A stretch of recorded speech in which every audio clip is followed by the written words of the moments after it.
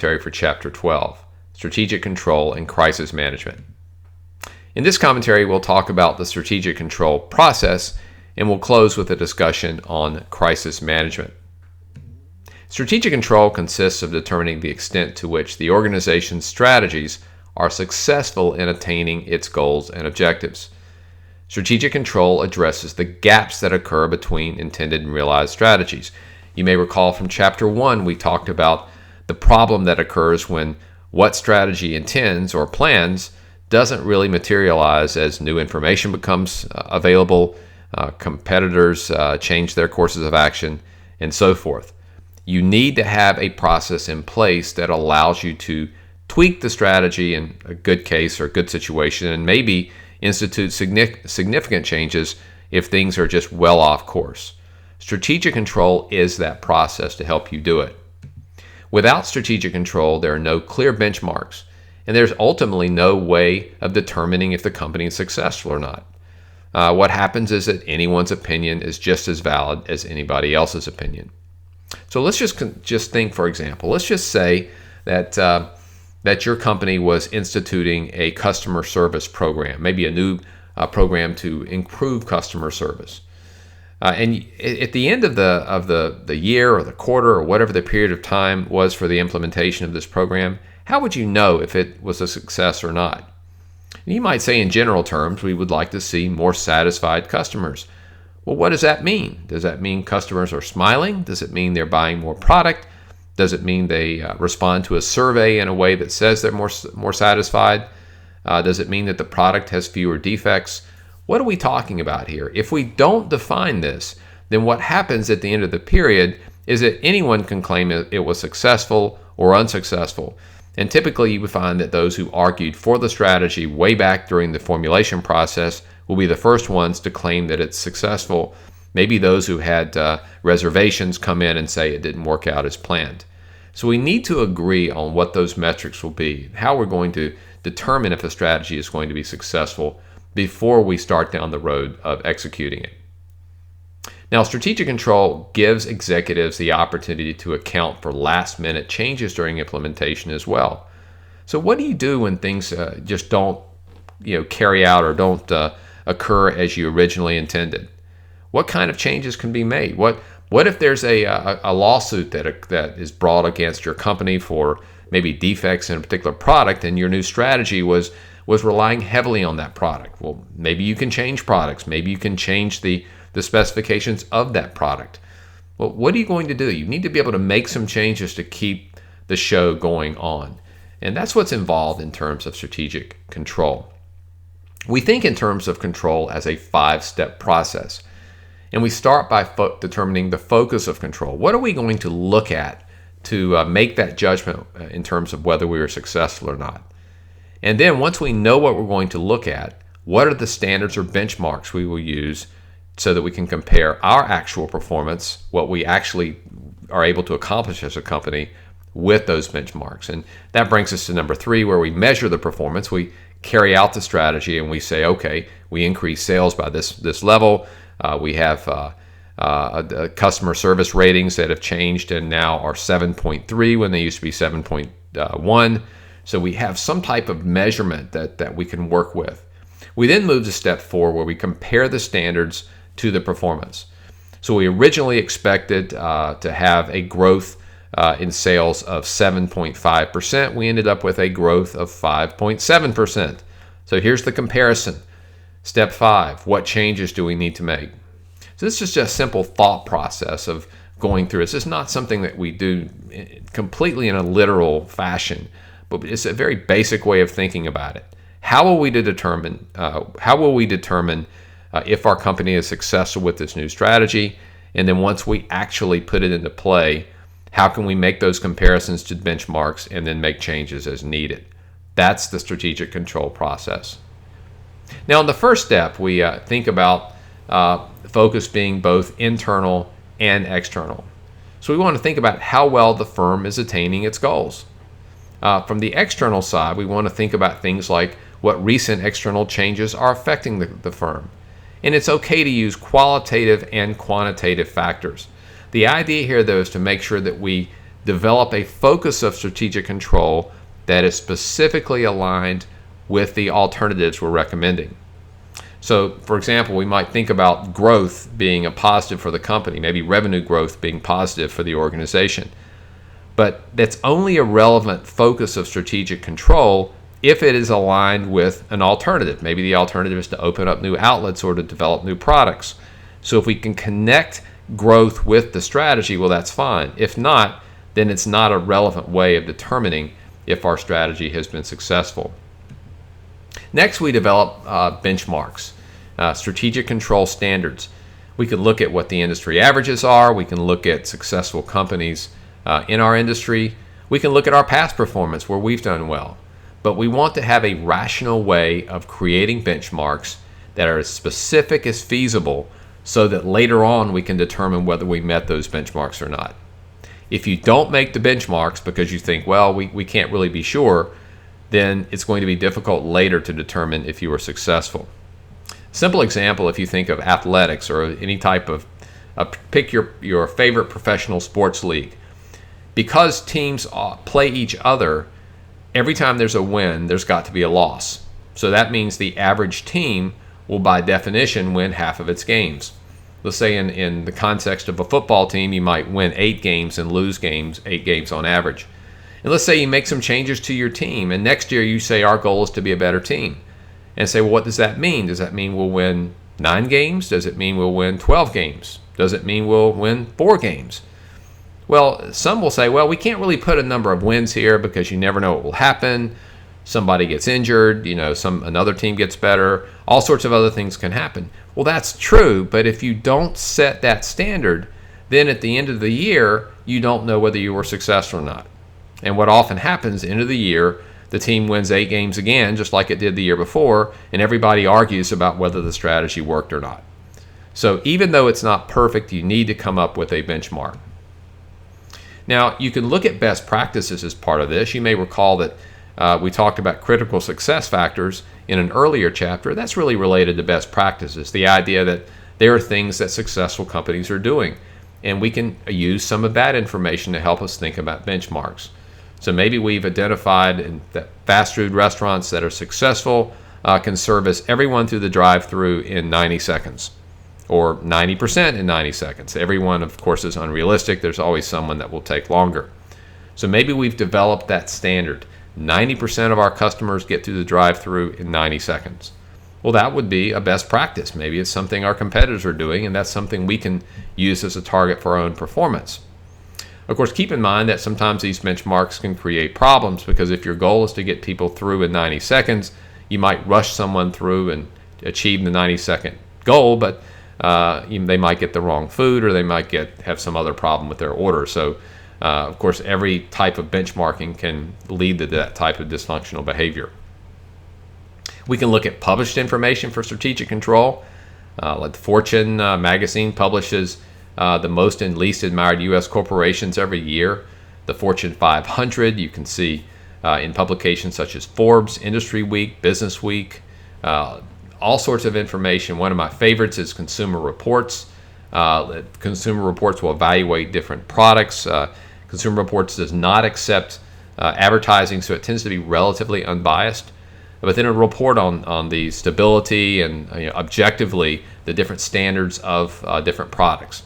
Consumer Reports is most famous for its annual car issue, where it looks at new cars and rates the vehicles on in recent years on reliability and repairs and so forth. If you're not familiar with Consumer Reports, Google it and take a look at some of the car ratings. It's really very interesting information, especially if you're in that business.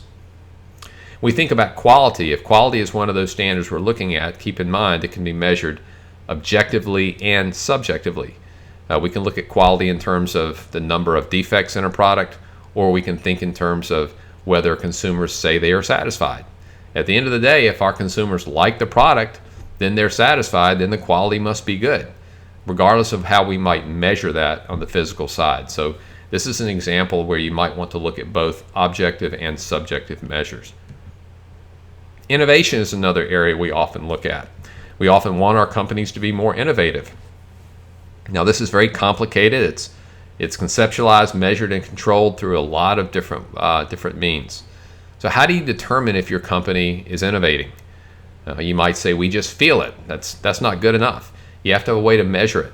For some companies like 3M, they measure the percentage of sales in a given year that come from products that were developed in the previous 3 years.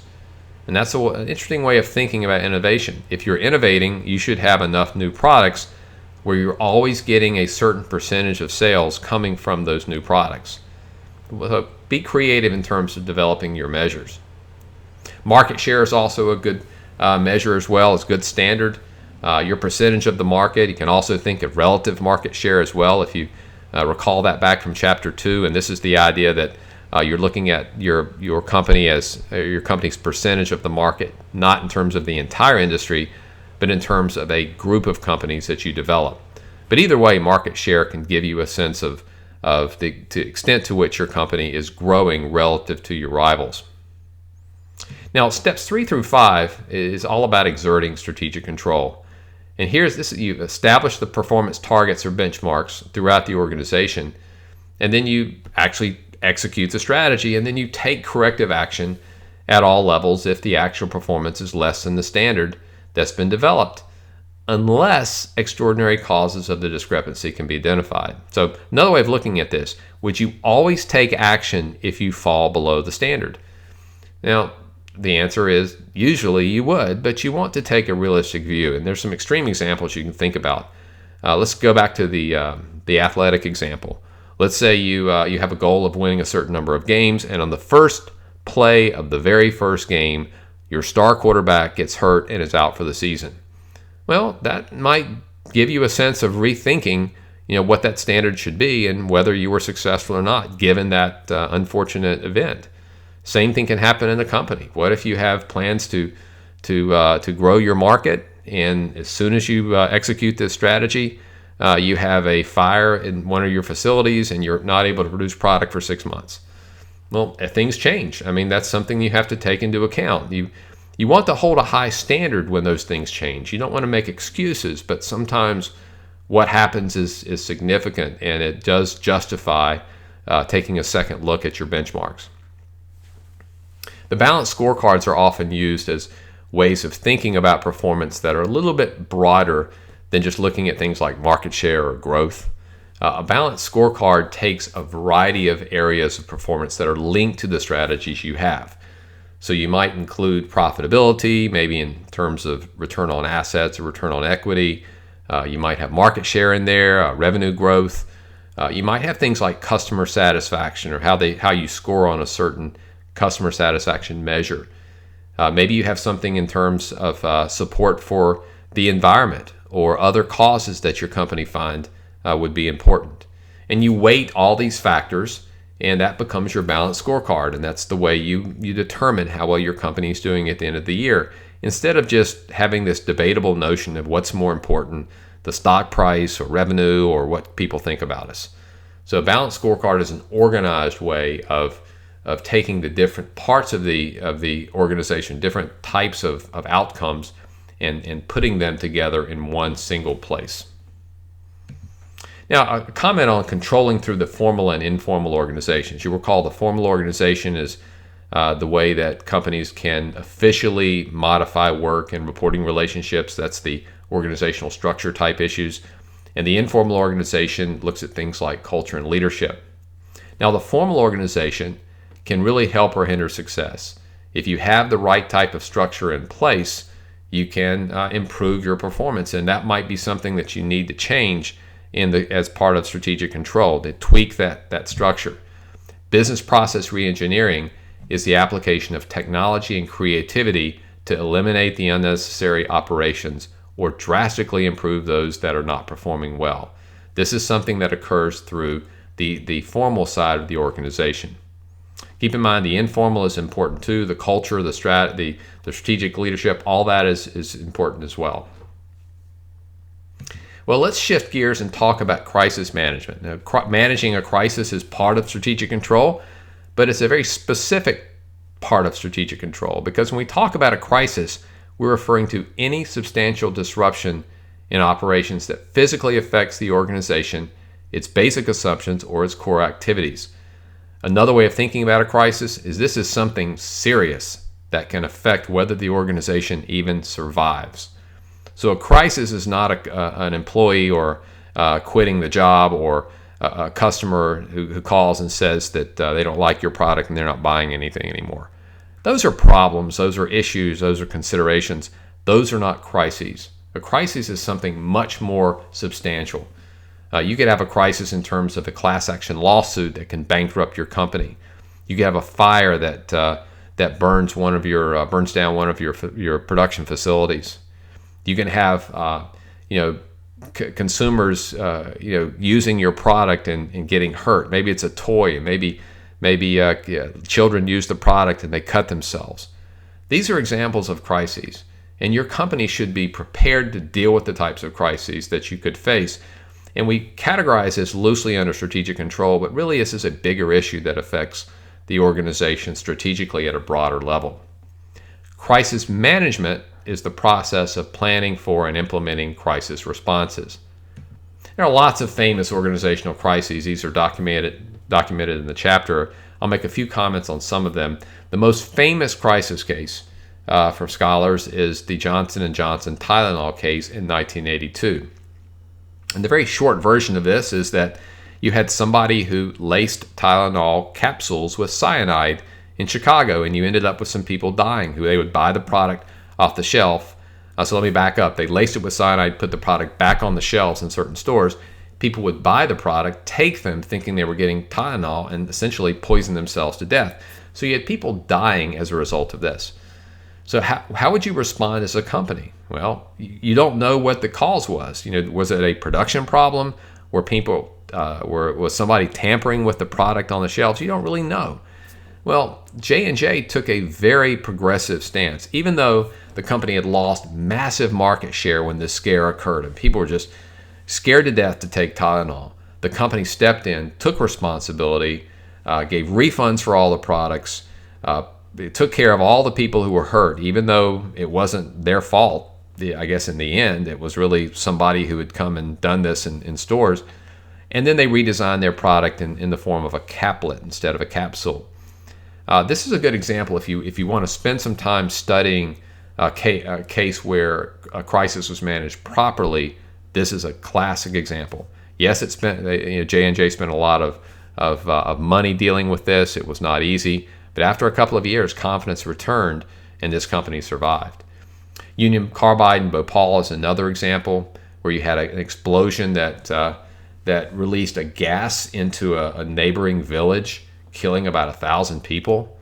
And there was some evidence that Union Carbide just didn't do what it should have done to manage the tanks and seal them and keep them from leaking at the facility. It's a real problem. A lot of global strife dealt with this that emerged as well. You have the Exxon Valdez tanker spill. This before the BP spill. This was the biggest one at that time in 1989. Up in Alaska, fish kills and contamination of the waters. Tremendous issue. Of course, the New York terrorist attacks in 2001, a tremendous human toll, but also organizationally, a lot of companies that were losing people in offices and capabilities as a result of that crisis. Had a Japanese earthquake and tsunami back in 2011 was a major issue, especially in terms of the auto industry. It struck supply chains throughout the world. And then more recently, the Boeing and the 737 MAX. There were two major crashes involving the 737 MAX aircraft, and some subsequent investigations showed there were some design flaws, and the MAX was taken off the shelf for a significant period of time. So these are examples of crises that have affected some significant companies, large companies in many cases. But even if you work for a small company, there's a pretty good chance that you'll be dealing with a crisis sooner or later. So it's important to think about this process. Now, what type of crisis could you face? Well, it could be terrorism. It could be a natural disaster. It could be a boycott of your product. Maybe a boycott of your product based on some supplier activity that's not even related to your company, at least not directly. Maybe it's counterfeiting, stolen intellectual property. So somebody else is selling the product with your brand name. It could be political unrest, maybe in a place like Hong Kong or in the Middle East where you have an office and that just creates a problem for your company. Now, crises in organizations occur much more frequently than widely reported.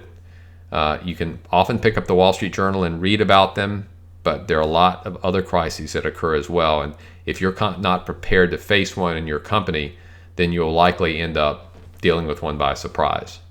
It's important to engage in crisis planning. What does this involve? Well, from a simple perspective, crisis management can be examined in 3 waves. The first wave is before the crisis. Before a crisis strikes, an organization should develop a crisis management team, a group that is responsible for developing and planning for worst-case scenarios. And that team also develops what we call standard operating procedures, or SOPs. These are things that you will do in the event of a crisis. So if, for example, there's a fire in the company, where do people leave the building? How do you exit the facility? What do you tell customers? There should be procedures already set up in place so that you know how to deal with this when it occurs. If not, what happens is there's this fire and there's all this panic and people are asking questions and customers are calling and employees are missing and nobody knows what to do and it's chaos. So the SOPs help you eliminate some of that chaos by thinking through the procedures that are best to implement when these things occur. During the crisis, and that's assuming you can't, keep one from occurring. Sometimes they happen anyway. But during a crisis, an organizational spokesperson should communicate effectively with the public to minimize the effect of the crisis. Now, notice I said organizational spokesperson, not people, not individuals, not anybody in the company. It's important when things happen that we know who's going to be speaking for the organization. Maybe it's the chief executive in a small company. Maybe it's a communications professional in a larger company. After the crisis occurs, the communication with the public should continue as necessary until the cause of the crisis is uncovered. People still have concerns. Sometimes there are losses to be dealt with. Think about the BP crisis and the oil spill in the Gulf. It was years before people were dealing with the aftermath of that. You don't just turn the page and write the check and move on. Sometimes it takes a long time to get the crisis behind you. And it's also important to learn from the crisis to make sure that it won't happen again, or at least the odds are low that it would happen again. Well, this brings us to step 24 in the case analysis process, strategic control. And here we are applying the strategic control model based on the recommended alternatives. Now we want to set the standards in step 2 and identify the source of those standards. Remember, benchmarks are really, really important here. Don't just say we want to grow by how much. And don't say we want to grow by 10% because that's a nice even number.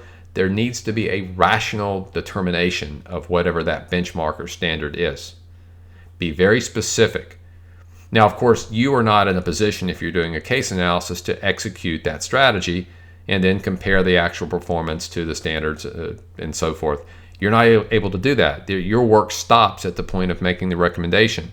So the way you want to carry out steps 3 through 5 is to show some evidence that you've thought through some of the things that could go wrong. So let's just say you don't reach your goal of customer service at a certain level, or you don't reach your market share that you're hoping to accomplish. What would you do? What kind of action would you take? Show some evidence that you've thought down the road to what steps 3 through 5 would look like, even though you're not able to actually carry that out in terms of a case analysis. Okay, we'll close this chapter and essentially close the book with a brief discussion of 5 important trends in strategic management. These are things that we've discussed at different parts throughout the chapters that we've had these audio commentaries. Some of the common themes that have come up more than once. The first of these is globalization. And hopefully you leave this entire this discussion of the entire book with the notion that strategy is something that occurs globally. It doesn't matter what kind of business you're in. You've got suppliers, customers that cross domestic lines. strategy is by definition a global phenomenon, and you can't really change that. Trend number 2 is the growing influence of the internet. And you might say, hey, the internet's already grown, it's already here. It continues to develop. Even with 5G developing, the potential for the internet continues to be great. And as people tend to shop more and more on it, and the whole delivery cycles change, you see the potential for companies like Amazon getting bigger and bigger down the road. So the internet has had a massive effect on us to this point, but it continues to grow. Sustainability is another issue, and by that I mean sustainability both in terms of sustainable competitive advantage and sustainability in terms of the environment. Monitoring resources, certainly keeping the waste from production to an absolute minimum. All these sustainability issues are important, and consumers are weighing sustainability in many of their purchase decisions. The fourth trend is what we call erosion of the low-cost differentiation dichotomy. And you recall back from one of the earlier chapters, we talked about Michael Porter's generic strategy typology and his view that low cost and differentiation as strategies could not be combined. So if you tried to do both, as Porter put it, you would end up stuck in the middle. Well, we've really entered a phase in strategic thinking where we need to find ways to have our cake and at least be able to eat some of it, right? I mean, there are some trade-offs that we deal with, but this whole notion that you have to either be the cheapest producer or the best producer just doesn't work anymore. We have to find ways to pursue quality and cost advantages regardless of what our strategy is. And finally, effective crisis management. We only had a few minutes to talk about it in this particular audio commentary, but hopefully I've gotten you interested in the topic. It's really important. It doesn't matter what kind of strategy you develop and how you put it into action. If you haven't thought through crisis management, everything can dissolve in just a matter of minutes. An airplane crash, a video that shows rodents running around your restaurant, posted in social media. There are all sorts of things that can happen that can really draw your entire organization into question. So crisis management is something that is getting a lot more attention and hopefully is getting more of your attention as a result of this chapter. Well, we'll close this chapter with case analysis step 25, which is the final step in the process. And that's the prospects and crisis management step. So outline the prospects for your firm if the recommendations are adopted. So if your strategic recommendations are adopted, what do you expect to see from the company in the next 1, 3, 5, 10 years?